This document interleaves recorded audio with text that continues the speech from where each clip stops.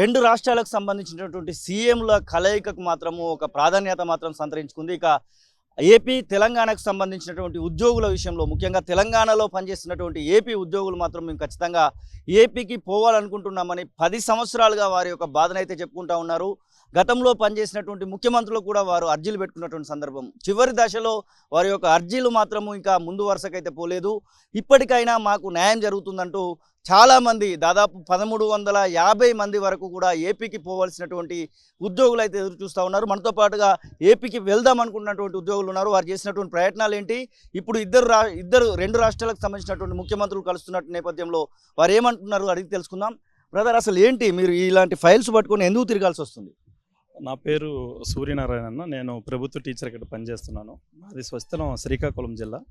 నేను ఇక్కడ వికారాబాద్ జిల్లాలో టీచర్గా విధులు నిర్వహిస్తున్నాను. నేను రాష్ట్ర విభజనకు ముందు 2012 ఇక్కడ నేను రిక్రూట్ అయ్యానన్న. మరి ఆనాటి నుంచి ఇప్పటి వరకు కూడా మా స్టేట్కి వెళ్ళిపోవాలని మేము రెండు రాష్ట్రాల ప్రభుత్వాలకు కూడా అనేక సార్లు, కొన్ని వందల సార్లు మేము వినతి పత్రాలు సమర్పించాము.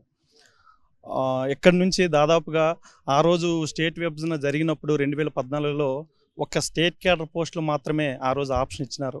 జిల్లా జోనల్ మల్టీ జోనల్ క్యాడర్ వాళ్ళకి వాళ్ళ స్వరాష్ట్రాలకు వెళ్ళడానికి ఎటువంటి ఆప్షన్ అయితే ఇవ్వలేదు.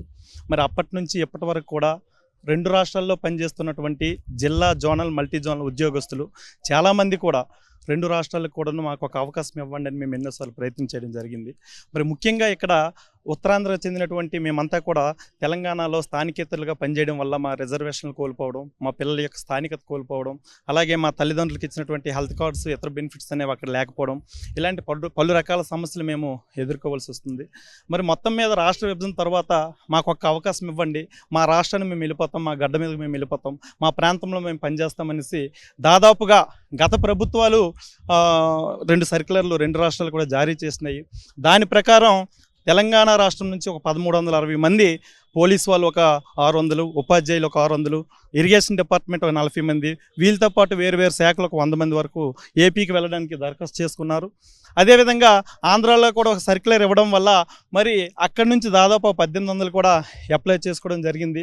ఇందులో కూడా వేరు గ్రౌండ్స్లో అక్కడి నుంచి ఇక్కడ రావడానికి ఒక 650 మంది వరకు తెలంగాణ స్థానికత ఉన్నటువంటి ఉద్యోగులు, మిగతా వాళ్ళు కొంతమంది తెలంగాణ కోడళ్ళు, ఇట్లా అక్కడి నుంచి ఇక్కడ పెట్టుకోవడం జరిగింది. ఇక్కడ గత 2 సంవత్సరాల నుంచి ఎవరెవరిని కలిసారు మీరు దీనిలో ఉన్నటువంటి ఎవరెవరిని కలిసారు సార్? ఇప్పుడు ఈ రాష్ట్ర విభజన సమస్యల్లో భాగంగా గ్రామ సర్పంచ్ నుంచి అప్ టు ఉపరాష్ట్రపతి వరకు కూడా మేము గత 10 సంవత్సరాల నుంచి కూడా మేము తిరుగుతున్నామన్న. ఇక దీన్ని ఇంచుమించుగా మేము ఒకసారి వెంకటనాయుడు గారికి కూడా రిప్రజెంటేషన్ ఇవ్వడం జరిగింది. అలాగే అక్కడ ఆంధ్రప్రదేశ్లో 2014-15 ఆ టైం నుంచి కూడా చంద్రబాబు నాయుడు గారు కూడా మేము చాలాసార్లు మా యొక్క బాధను మేము చెప్పుకోవడం జరిగింది. మరి కొత్తగా మొన్న రేవంత్ అన్న గారు కూడా మా ఉద్యోగుల సంఘం కూడా మేమందరం కూడా కలిసి మా రాష్ట్రానికి మాకు అవకాశం ఇవ్వమని అన్నగారు కూడా మేము వేడుకున్నాము. అలాగే అంతకుముందు పవన్ కళ్యాణ్ గారిని కూడా మేము చాలాసార్లు మేము కలవడం జరిగింది. అలాగే గత ప్రభుత్వం ఆంధ్ర ముఖ్యమంత్రి జగన్మోహన్ రెడ్డి గారిని కూడా మేము కలవడం జరిగింది. ఈ విధంగా రెండు రాష్ట్రాల్లో మేము ఇక ముఖ్యమంత్రులతో పాటు రెండు రాష్ట్రాలకు చెందినటువంటి ఎమ్మెల్యేలు, మినిస్టర్లు, ఐఏఎస్ అధికారులు, యూనియన్ నాయకులు, మేము కలవనటువంటి వ్యక్తులు ఎవరు కూడా ఇంచుమించుగా లేరన్న. ఇది ఒక పెద్ద సమస్యగా మేము తీసుకొని ఎట్లాగైనా మా రాష్ట్రాన్ని మాకు ఒక అవకాశం ఇవ్వండి. ఎందుకంటే ఈరోజు జూన్ 6వ తేదీన జూలై 6వ తేదీన రెండు రాష్ట్ర ముఖ్యమంత్రి వర్యులు సుదీర్ఘ కాలంలో ఉన్నటువంటి పెండింగ్లో ఉన్నటువంటి రాష్ట్ర విభజన సమస్యల మీద ఈరోజు సమావేశమై ఒక మంచి ఆలోచనతో, సదుద్దేశంతో దీనికి పరిష్కారం చేయడానికి ముందుకు వస్తున్నారు. మరి ఇది చాలా మంచి శుభపరిణామం.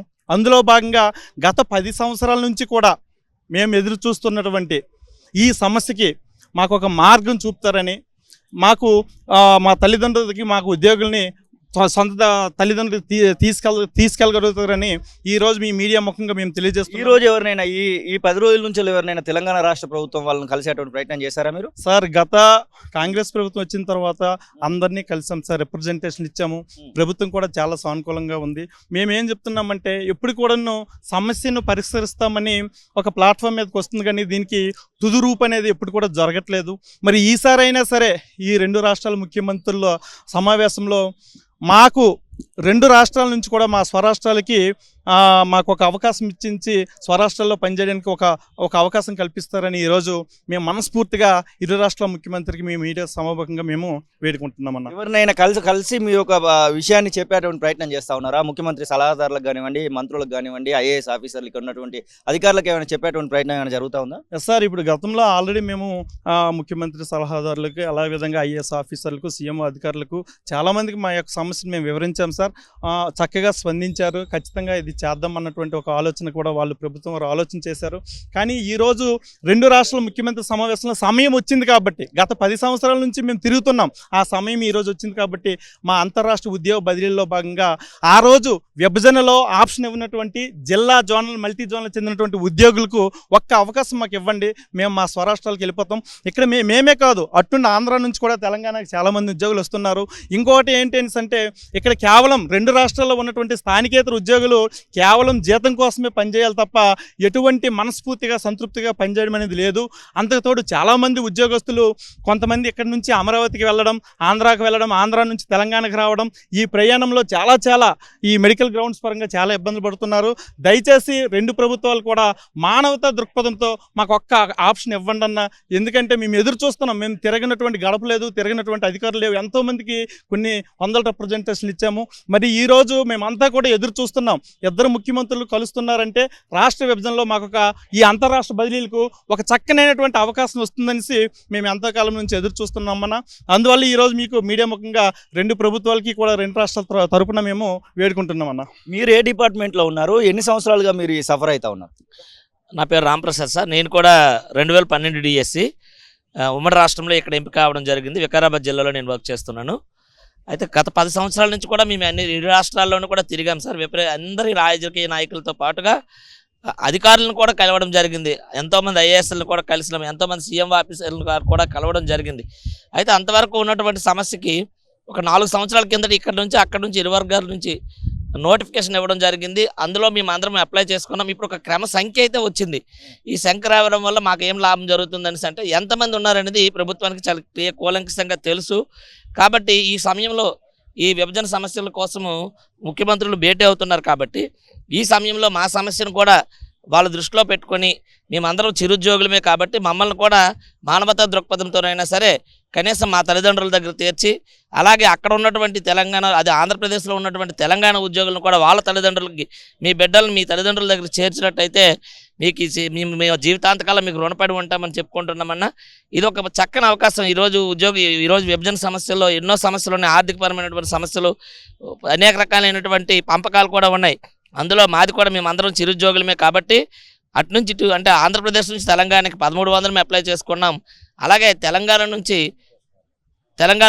ఆంధ్రాకి 1300 మంది అప్లై చేసుకున్నాం. ఆంధ్రప్రదేశ్ నుంచి తెలంగాణకి 1800 అప్లై చేసుకున్నారు. కానీ నేటివిటీ స్పౌస్ గ్రౌండ్ కింద 650 మందిని కన్సిడర్ చేయడం జరిగింది. కాబట్టి కనీసం వాళ్ళ వరకైనా సరే మాకు అవకాశం ఇచ్చి మాకు ఖచ్చితంగా ఈసారి ఈ బదిలీల్లో ఈ డిస్కషన్ తీసుకొచ్చి మమ్మల్ని ఖచ్చితంగా బదిలీలకు అవకాశం ఇస్తారని మనస్ఫూర్తిగా వేడుకుంటున్నాం. మీరు ఏ డిపార్ట్మెంట్లో ఉన్నారు? ఎన్ని సంవత్సరాలుగా మీరు ఇబ్బంది పడతా ఉన్నారు? నేను ఎడ్యుకేషన్ డిపార్ట్మెంట్ అన్న. నా పేరు రమేష్ నాయుడు అన్న. రాష్ట్ర విభజన జరిగి 10 సంవత్సరాలు అయిందన్న.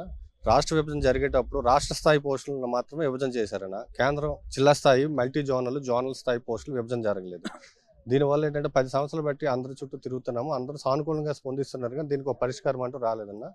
అయితే ఇప్పుడు ఫైనల్గా ఆంధ్రాకి వెళ్ళడానికి తెలంగాణ నుంచి 1300 మంది, అటు నుంచి ఒక 1600-1700 మంది రావడానికి సిద్ధంగా ఉన్నారన్న.